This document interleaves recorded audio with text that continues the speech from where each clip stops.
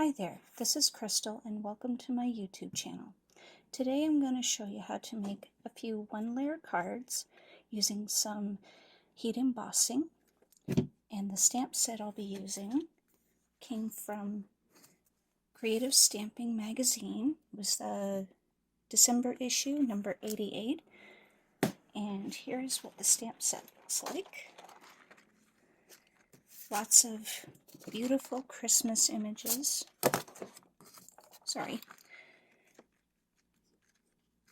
And a few of them even came with dies, and I got it at Walmart, so if it's still available for you, you can go get it at the store. So I've made a few panels, and this one is made out of two images from the set, the holly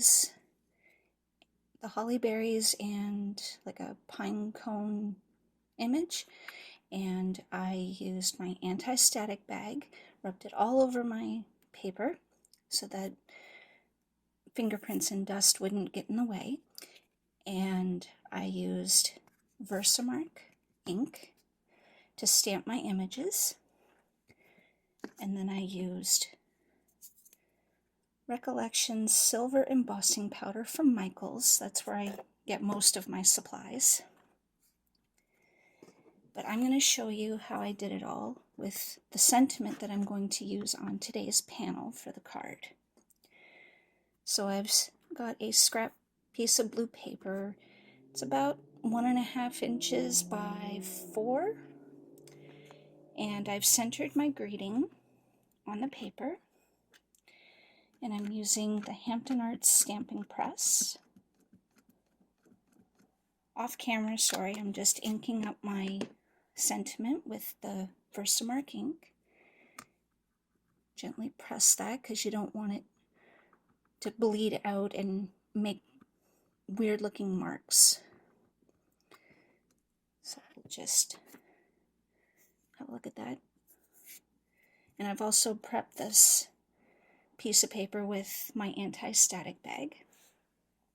So now I'll just get this out of the way. So it's a clear sticky ink, and you can kind of see that it's stamped. But I'm just going to pour over a scrap piece of paper. Pardon the cat hair if you see any. So we'll just cover that.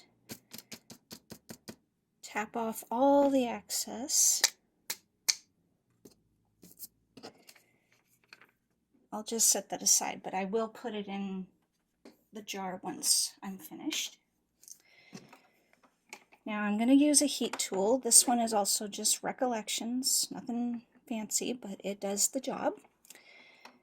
So sorry it's a little noisy, but I'm just going to heat up my heat tool and melt the embossing powder.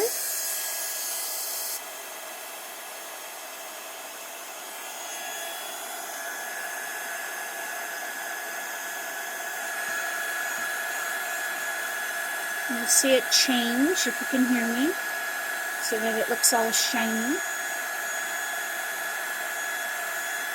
See, even with my...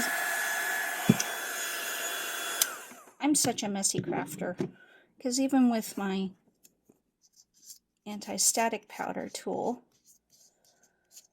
I still have embossing powder everywhere, but that's okay. It's handmade. It's made with love. So the panel for my card and my sentiment panel are the same size, but I would like my sentiment to stand out a little bit. So I have some silver mirrored cardstock. You can kind of see me there. Hi. That is cut to make a little framed border for my sentiment. And now I'll just get my 4 1/4 by 5.5 panel. And the size of my blue large panel, one sec, is 5.5 by 3.5. So I'm just going to offset it just to make the card a little interesting, and there's a nice framed border. Next, I'm going to take my piece of mirrored cardstock, which is 1.5 by 3.5.